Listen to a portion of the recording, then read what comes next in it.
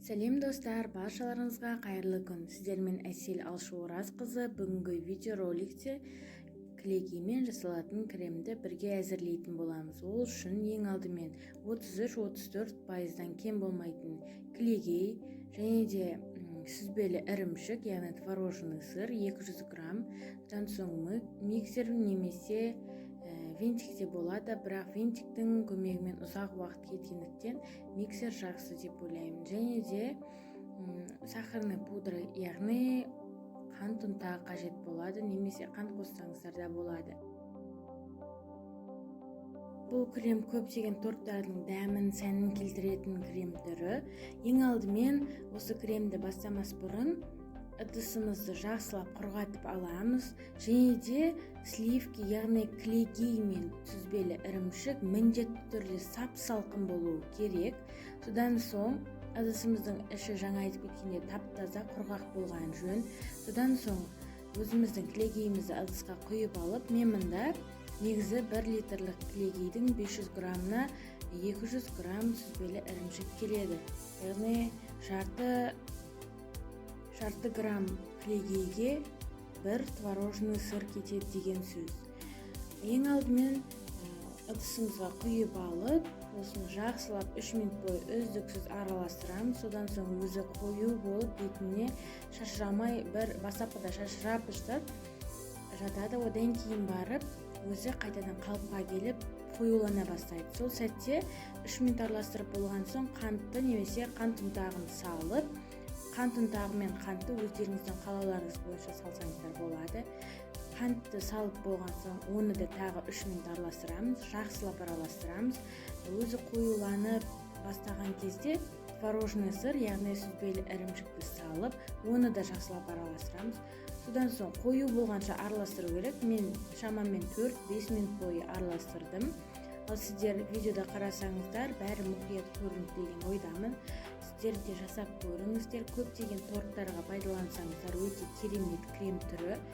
Бағасы қатты қымбат болса да, бірақ өте сондай керемет болып шығатын крем түрі. Жасап көруге кеңес беремін.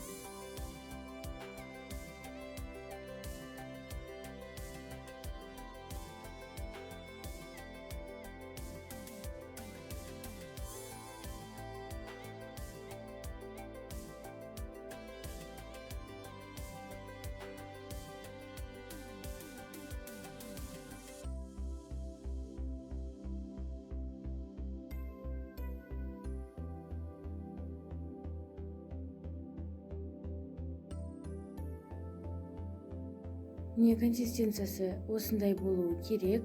Дем арасында жаңа ғана сұп-сұйық болып тұрған кілегейіміз дем арасында араластырған сайын осылай қоюлана бастады.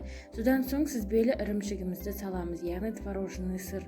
Оны 3-4 бөлікке бөліп салыңыздар. Егер де бүкілін бірге салатын болсаңыздар, онда ол осы кілегейдің ішінде шарик болып жүруі әбден мүмкін. Сол үшін бөліктерге бөліп салған жөн.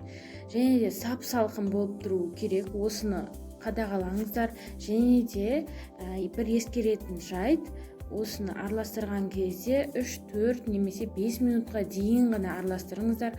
Ал одан кейін араластыратын болсаңыздар, 10 минуттан астам араластыратын болсаңыздар, сұп-сұйық болып жарамай кетуі әбден мүмкін. Сондықтан осыны қадағалаңыздар. Және де достар, айта кететін бір жайт, біздің инста парақшамызға да тіркеліп қойыңыздар.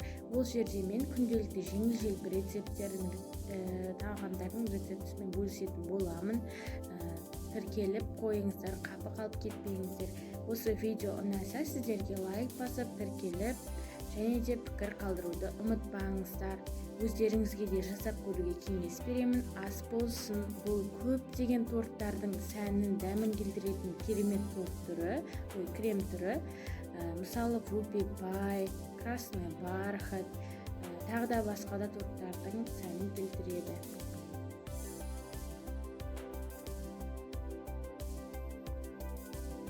4 минут араластырып болған соң, міндетті түрде табақты төңкеріп көріңіздер. Крем құламауы керек, немесе қасықпен көріңіздер. Қасықпен алып төңкерген кезде ол төгілмеуі керек. Яғни сырғып тұрмау керек. Мысалы, мен лопаткамен көрдім.